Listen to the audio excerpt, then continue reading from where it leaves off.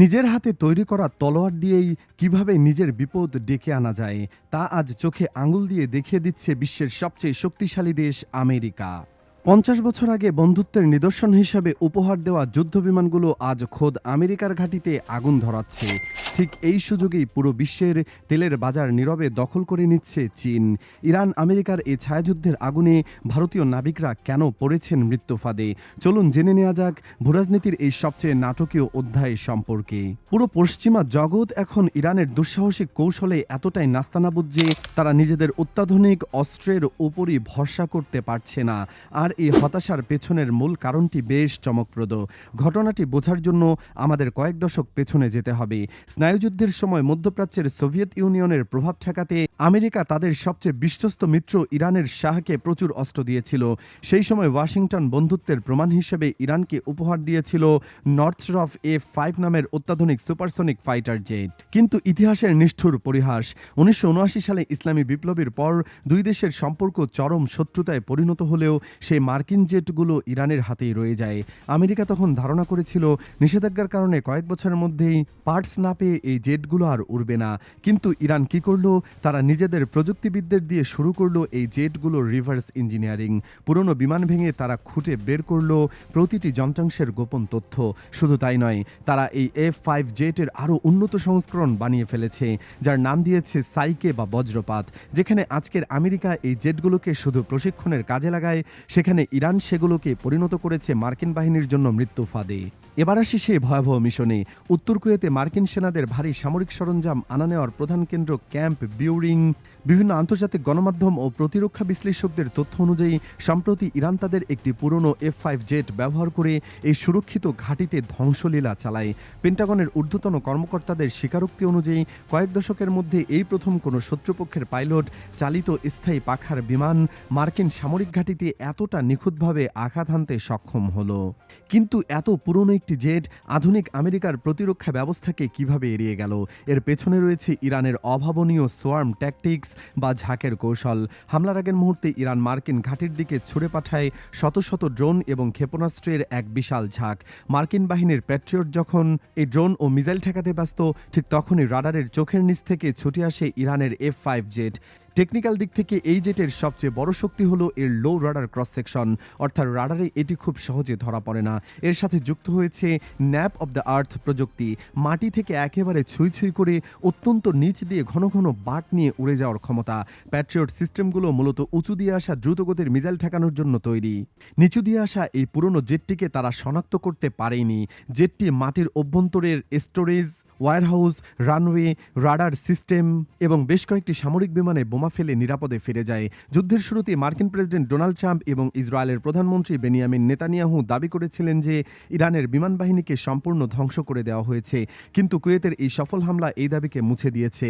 Iran প্রমাণ করে দিয়েছে সস্তা ও পুরনো প্রযুক্তির সুনিপুণ ব্যবহারের কাছে শত কোটি ডলারের অত্যাধুনিক প্রতিরক্ষা ব্যবস্থাও মাঝে মাঝে রীতিমতো অসহায় হয়ে পড়ে। এই ঘটনা পুরো মধ্যপ্রাচ্যের সামরিক সমীকরণ বদলে দেওয়ার ক্ষমতা রাখে। কিন্তু বন্ধুরা, সামরিক হামলার পেছনেই যে শুধু ইরানের লক্ষ্য তা নয়, তারা সরাসরি পশ্চিমা বিশ্বের অর্থনীতির ধমনী কেটে দেওয়ার খেলায় মেতেছে। বিশ্বের মোট তেলের 1/5 যে হরমুজ প্রণালী দিয়ে পরিবহন হয়, সেটাই ইরান কার্যত অবরুদ্ধ করে দিয়েছে। তাদের স্পষ্ট ঘোষণা, যতক্ষণ পর্যন্ত আমেরিকা তাদের বন্দরের উপর থেকে নিষেধাজ্ঞা তুলবে না, ততক্ষণ পর্যন্ত এই নৌপথ বন্ধ থাকবে।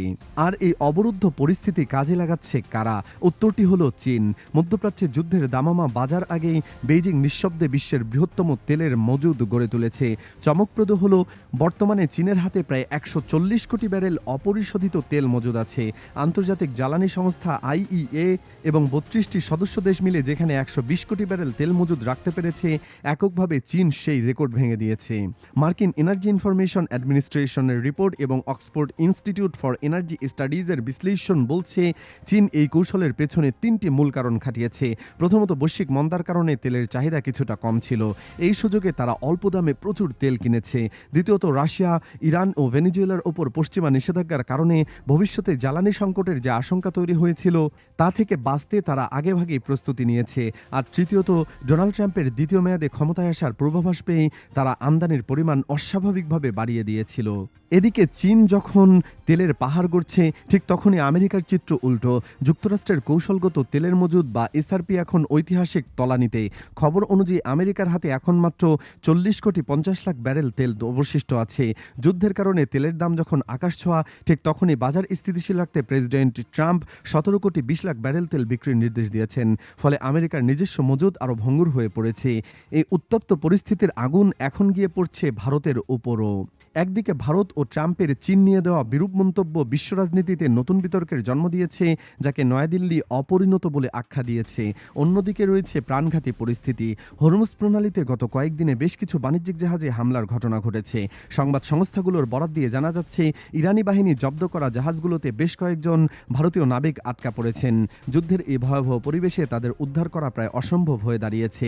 ভারতের পররাষ্ট্র মন্ত্রণালয় যদিও কূটনীতিক পথে তাদের ফিরিয়ে আনার চেষ্টা করছে, কিন্তু যুদ্ধের ফলে সৃষ্ট এই অনিশ্চয়তা কাটিয়ে ওঠা খুবই কঠিন হবে।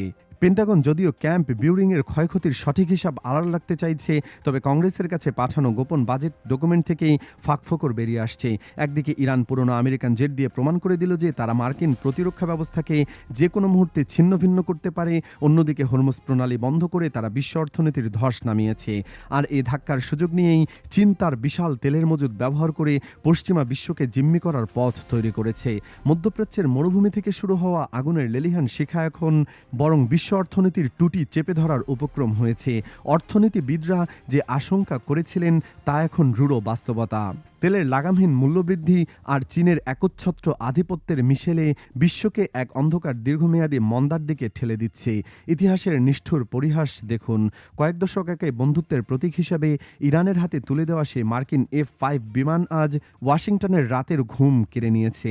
আর আমেরিকা যখন নিজের দেওয়া অস্ত্রের আঘাতে ক্ষতবিক্ষত, সেই সুযোগে বেইজিং নিঃশব্দে গুছিয়ে নিচ্ছে তার অর্থনৈতিক সাম্রাজ্য।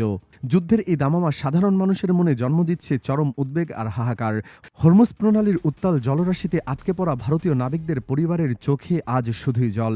প্রতিটি মুহূর্ত কাটছে প্রিয়জনের ফেরার অপেক্ষায়, কিন্তু ভূরাজনীতির এই নিষ্ঠুর দাবার চালে তাদের ভাগ্য আজ অনিশ্চিত।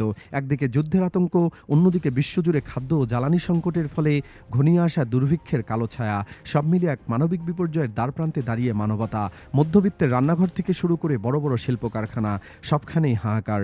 চীনের বিশাল তেলের মজুদ আর সামরিক কৌশলের সামনে পশ্চিমা বিশ্বের দীর্ঘদিনের আধিপত্য কি তবে ধূলিসাৎ হতে চলেছে? এখন সবচেয়ে বড় প্রশ্ন, আমেরিকা কি পারবে এই মুহূর্তে অপমান সয়ে নতুন কোনো পাল্টা চাল দিতে, নাকি মধ্যপ্রাচ্যের এই আগ্নেয়গিরির লাভা গিলে খাবে বর্তমান বিশ্ব ব্যবস্থাকে? চীনের এই ক্রমবর্ধমান প্রভাব কি সত্যি বিশ্বের মানচিত্রে নতুন কোনো মেরুকরণ ঘটাবে, যেখানে ওয়াশিংটনের কোনো জায়গা থাকবে না? আপনার কি মনে হয়, আমরা কি এক নতুন বিশ্বযুদ্ধের দোরগোড়ায় দাঁড়িয়ে, নাকি পর্দার আড়ালে নতুন কোনো বিশ্বশক্তির উত্থান কেবল সময়ের ব্যাপার মাত্র? মন্তব্য করে জানান আপনার ভাবনা।